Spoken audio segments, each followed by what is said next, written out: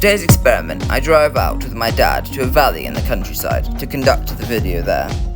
While getting ready, I had the bad idea to place the foods on the lid before leaving and had a very hard time making sure that they didn't fall off. Since today's experiment is different than last time, I wasn't very specific with the types of food I put and basically just heaped on some syrups and random bits.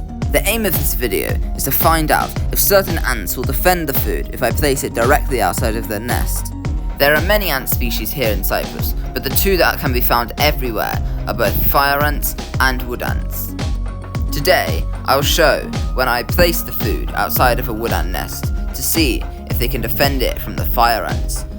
Around their nest, I could already see little fire ant scouts checking if there was food nearby.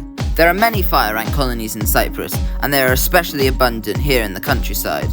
They have a fierce reputation, and what I'm wondering is if the wood ants will be able to hold their own against them.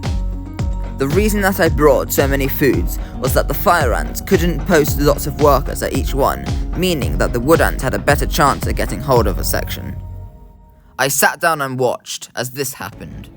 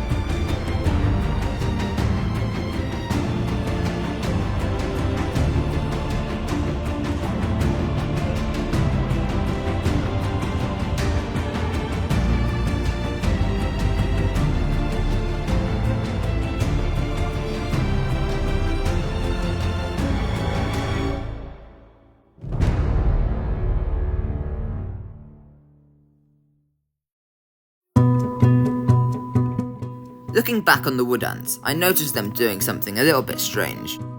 About halfway through the video, I realised that one of the wood ant workers had left the nest and started covering and filling it with stones, straw, and lots of other small objects.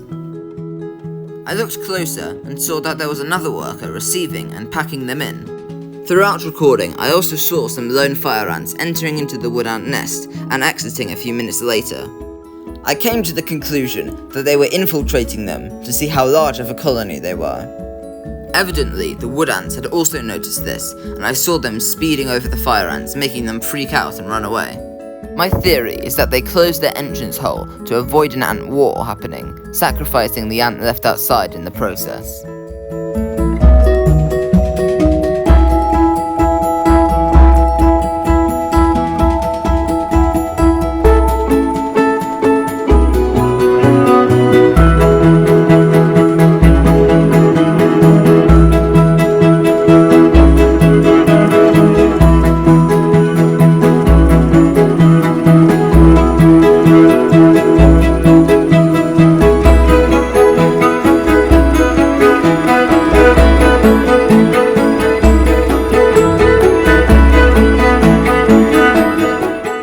A couple of days later, I went back, only to find the lid empty.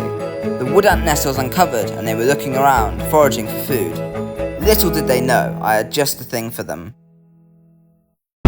Next time, I will not only be looking at ants, but also the creatures whom they share their environment with. I will conduct my observations over the course of a week or so, coming back every day to film for a couple of hours and check in. Follow the story for loads more interesting content here on the Cypriant Ant channel.